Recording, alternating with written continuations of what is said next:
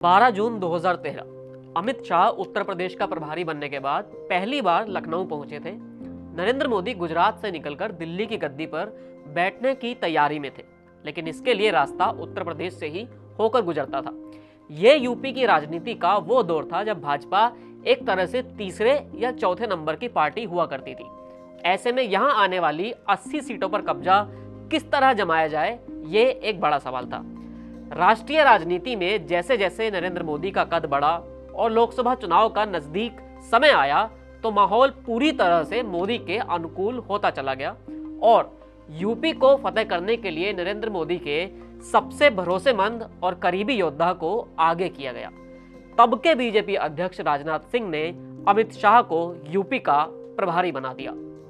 चुनावी किस्सों की इस बहार में आज बात साल 2013 की होगी, जब 2014 के लोकसभा चुनाव से पहले यूपी जैसे बड़े राज्य को जीतने के लिए अमित शाह को जिम्मेदारी दी गई और फिर खेल इस तरह पलटा कि इतिहास बन गया। मैं हूं मोहित ग्रोवर और अब शुरू करते हैं आज का ये किस्सा।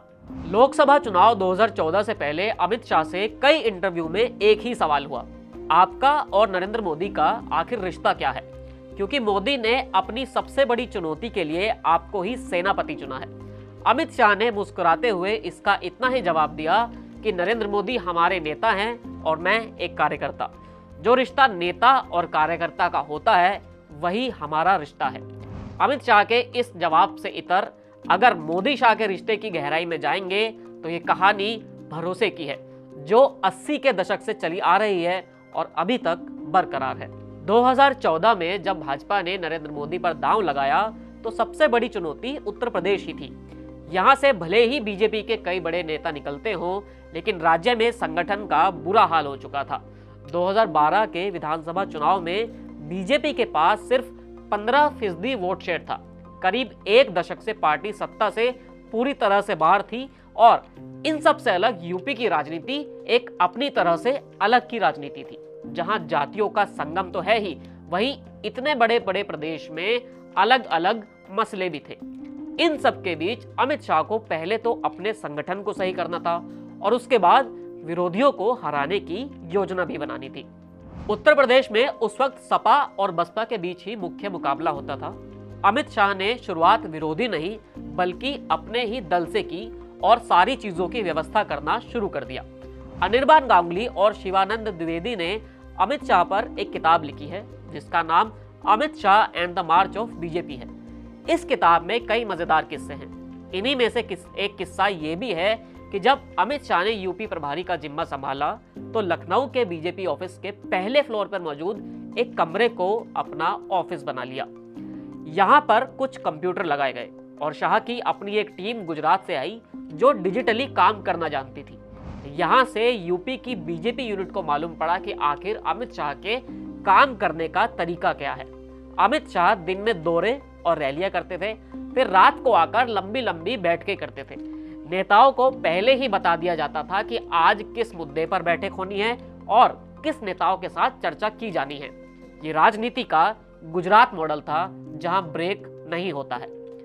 उसी वक्त में पश्चिमी यूपी में मुजफ्फरनगर दंगों की चिंगारी फैली हुई थी। अभी दंगों का मसला खत्म नहीं हुआ था। अमित शाह ने इस मुद्दे को पकड़ा, पश्चिमी यूपी में जाटों को पार्टी के साथ जोड़ दिया और फिर पहली बार ऐसा हुआ कि लोकसभा चुनाव में पश्चिमी उत्तर प्रदेश से विपक्ष पूरी तरह साफ हो गया। भाजपा ने पश्चिम की हर एक सीट को जीत लिया था।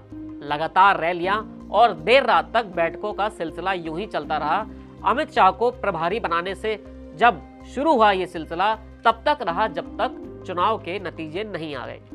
हर किसी को मालूम था कि अमित शाह के काम करने का तरीका क्या होता है, संगठन पर पकड़ मजबूत कैसे की जाती है और फिर उस मजबूती को कैसे वोटों में तब्दील कर दिया जाता है।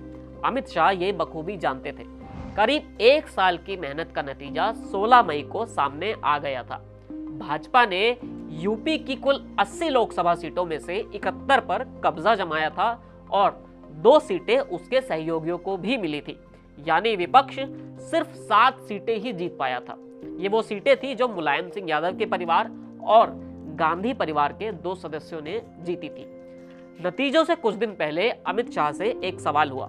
पत्रकार ने पूछा कि आप भाजपा की सुनामी का दावा करते हैं, कहीं ये आपका ओवर कॉन्फिडेंस तो नहीं है। अमित शाह ने सिर्फ इतना ही जवाब दिया कि 16 मई को दोपहर 12 बजे मुझे फोन कर लेना, नतीजा आपके सामने होगा। भाजपा ने तमाम विरोध और आलोचनाओं के बावजूद अमित शाह को जो प्रभारी बनाने का दांव खेला था वो काम कर गया था और नतीजा हर किसी के सामने था। इस किस्से में इतना ही। फिर मिलेंगे एक नए किस्से के साथ।